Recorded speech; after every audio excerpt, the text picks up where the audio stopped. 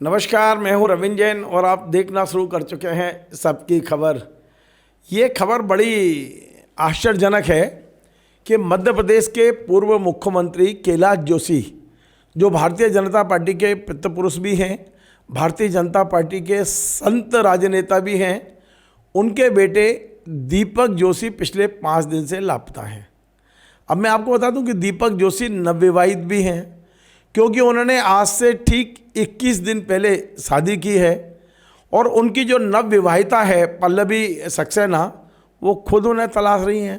तलाशे वे नेहरू नगर के उस आर्य मंदिर में भी पहुंची, जहां 4 दिसंबर को धूमधाम से इनकी शादी हुई है। पूरा मामला मैं बताता हूं, ये बड़ा रोचक मामला हो गया है। दरअसल दीपक जोशी की उम्र लगभग 64 साल है और उनकी शादी लगभग करीब 35 साल पहले विजया जी से हुई थी। उनके 2 बच्चे भी हैं। अभी 2020 में विजया जी का निधन हो गया। उसके बाद में ये बताया गया कि उनकी शादी शिखा जी से हुई है। फिर एक शादी उनकी नम्रता जोशी से भी बताई गई, लेकिन ये शादी कब हुई, क्या हुआ, नहीं पता। एक शादी जो 4 दिसंबर को अभी हुई है, 4 दिसंबर 2025 भोपाल के आर्य समाज मंदिर में धूमधाम से हुई है। इस शादी को इसलिए भी मान्यता दी जा रही है कि शादी के कुछ माह पहले रोका हुआ है। ये दोनों बिल्कुल नवविवाहिता की तरह घूमे फिरे हैं, डेट पे गए हैं और 4 तारीख को के एक दिन पहले यानी कि 3 तारीख को बाकायदा मेहंदी और हल्दी की रस्म भी हुई है। ये सारे वीडियो हैं, मतलब मैं नहीं बोल रहा हूँ, ये सारे वीडियो मैं आपको दिखा भी सकता हूँ, हमारे पास भी है। और 4 तारीख को बड़ी धूमधाम से दोनों परिवारों के बीच में ये विवाह हुआ है। अब विवाह के फोटो तो नवविवाहिता डालते ही दीपक जी लापता हो गए। अब दीपक जी कहाँ हैं किसी को नहीं पता। हम भी फ़ोन लगा रहे हैं, फ़ोन बज रहे, घंटी बज रही, पर उठ नहीं रहा है फ़ोन। और ये जो नवविवाहिता हैं पल्लवी सक्सेना, इनकी मेरे से काफ़ी देर, अभी कुछ देर पहले मेरी फ़ोन पे बात हुई है, काफ़ी देर बात हुई है। लेकिन मैं वो बातचीत के बारे में बताऊं उसके पहले उनका एक वीडियो उन्होंने अभी सोशल मीडिया पर डाला है, पहले वो सुनवा देता हूं। लगभग 2 मिनट, पौने 2 मिनट का वीडियो है, जिसमें वे कह रही हैं कि 21 तारीख के बाद मुझे मेरा पति नहीं मिला। सोचिए, अभी 20 दिन हुए शादी को और आप तो बाकायदा डेट करते रहे, आप सब चीज़ें जानते हो दीपक जी के बारे में, लेकिन दीपक जी उनको नहीं मिल रहे हैं। देखिए अब जरा क्या बोल रही हैं। मैं पल्लवी सक्सेना जोशी, मैं आप सभी भाई बहनों से निवेदन करती हूँ कि मैं जिस संस्था में खड़ी हूँ उसका नाम आर्य समाज नेहरू नगर में स्थित है। आर्य समाज, जो कि यहाँ पे कई विवाह, हजारों की तादाद में विवाह होते हैं और कई सालों से होते आ रहे हैं। आज किसी वेद आशीष श्रीवास्तव ने लिखा है कि पल्लवी और दीपक जोशी जी, इनकी विवाह मतलब हमारी विवाह को इलीगल बताया है। और मैं जब आके मिली इस विवाह स्थल पर, तो विजय आर्य जी ने बोला मुझसे, जो यहाँ के संस्थापक हैं, उन्होंने बोला कि ये एक लीगल संस्था है और यहाँ की शादी भी वैलिड होती है। आप पूरे सुप्रीम कोर्ट चले जाएं, हाई कोर्ट चले जाएं, कहीं भी चले जाएं, पल्लवी जी आपकी शादी को हम लोग क्लेम करने को तैयार है। हमारी संस्था पूरी क्लेम करेगी। जिस आशीष वैद श्रीवास्तव ने शादी को गलत बताया है, मैं कानूनी कार्रवाई करूंगी उनके खिलाफ। और मेरे क्योंकि अस्मिता भंग करी है उसने, कि आपने किसी भी बिना सोचे समझे किसी संस्था को और मेरे विवाह, जो मेरे माता पिता और मेरे भाई बहनों और समाज के बीच में और उनके परिवार के बीच में हुआ है, उस विवाह को चैलेंज किया है। तो बस आप भाइयों बहनों से एक निवेदन और है कि 20 तारीख को लास्ट टाइम मेरे पति दीपक जोशी जी से मेरी बात हुई थी, एक कॉन्फ्रेंस श्वेता पटेल जी के मोबाइल के माध्यम से। उस दिन के बाद से आज तक मुझे मेरे पति का कोई फोन नहीं आया है।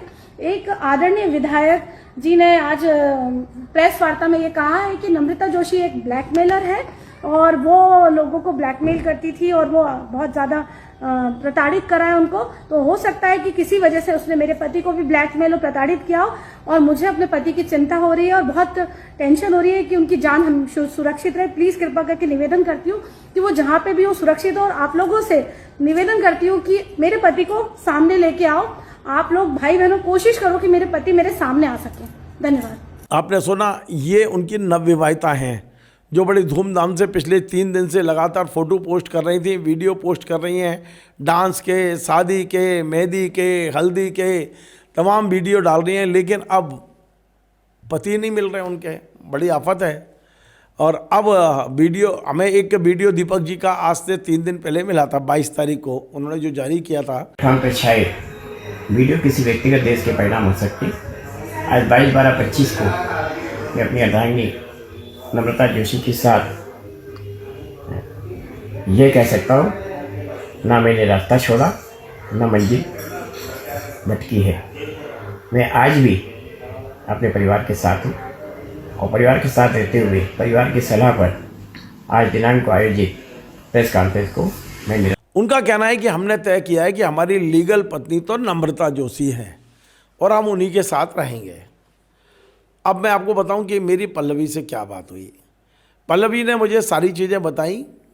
उन्होंने कहा कि भाई उनकी सहमति से हमने शादी की है, बाकायदा हमारा परिवार उनका परिवार इन्वॉल्व रहा है, और लेकिन वो इस बात के लिए तैयार है। 2 चीज़ें उन्होंने कहा कि यदि नम्रता जोशी चाहें तो वे उनकी सेकंड वाइफ बनने को तैयार है। ये कौन बोल रहा है? पल्लवी।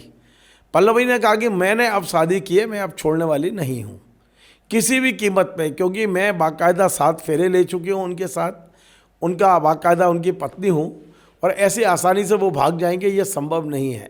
जो भी लीगल है वो मैं करूँगी, लीगल कार्रवाई। उनका कहना है कि एक बात मैं कह सकती हूँ, शपथ पत्र देखे, मुझे दीपक जोशी चाहिए, उनकी संपत्ति नहीं। उनकी संपत्ति को जो जिसका कब्जा हो वो कर लें, मुझे नहीं चाहिए। 2 चीज़ें अब पल्लवी ने क्लियर कर दी हैं। नंबर 1, वे दीपक जोशी की सेकंड वाइफ बन के रहने को तैयार है। पहली नम्रता रहे और दूसरी ये। जहाँ तक शिखा की मामला है तो शिखा को ना वो पसंद करते हैं ना शिखा उनकी पत्नी ज़रूर दावा कर रही हैं, लेकिन शायद दीपक जी से काफ़ी दिनों से वे दूर रह रही हैं। हो सकता है कोर्ट में भी मामला चल रहा है जैसा दीपक जी ने बताया है। लेकिन पल्लवी ने आज मुझे फ़ोन पे कहा है कि दीपक जी चाहे तो मैं एक एफिडेविट दे दूंगी कि मुझे केवल दीपक चाहिए, पति के रूप में शादी की है मैंने, और दीपक जी की जितनी संपत्ति है, जितनी प्रॉपर्टी है, वो उनको जिसको देना चाहें, जिसके नाम करना चाहें वे कर दें। उनकी एक धेला भी नहीं चाहिए, क्योंकि पल्लवी को उनके पिता ने इतना पर्याप्त दिया है कि वे अपना जीवन निर्वाह कर सकते हैं। उनका बेटा है वो भी कमाएगा, तो उन्हें चिंता नहीं है। लेकिन वे अब दीपक जी को इतनी आसानी से नहीं छोड़ेंगी, क्योंकि दीपक जी के साथ उन्होंने डेट की है, दीपक जी के साथ घूमी फिरी है, 11 महीने का उनका प्यार है, और वो प्यार बाद में शादी तक पहुंचा है। तो ये तमाम चीज़ें अब अटक गई हैं। हम इंतज़ार करते हैं दीपक जी के फ़ोन का। दीपक जी मुझे कॉल बैक जरूर करते रहे हैं, उम्मीद है कि आज भी करेंगे, और इस संबंध में जो भी जानकारी वो देंगे मैं आपसे शेयर करूँगा। नमस्कार। Join the next be the best, Bundelkhand का सबसे विशाल और आधुनिक विश्वविद्यालय ज्ञानवीर यूनिवर्सिटी। ये सिर्फ एक यूनिवर्सिटी नहीं, ये है आपके सपनों का लॉन्च पैड। यहाँ मिले आपको smart classrooms, modern campus, updated labs और एक्सपीरियंस्ड फैकल्टी। हर स्टूडेंट को मिलता है कॉन्फिडेंस, ग्रोथ और एक ब्राइट करियर का प्रॉमिस। नए सेशन के लिए एडमिशन ओपन है, तो इंतजार कैसा?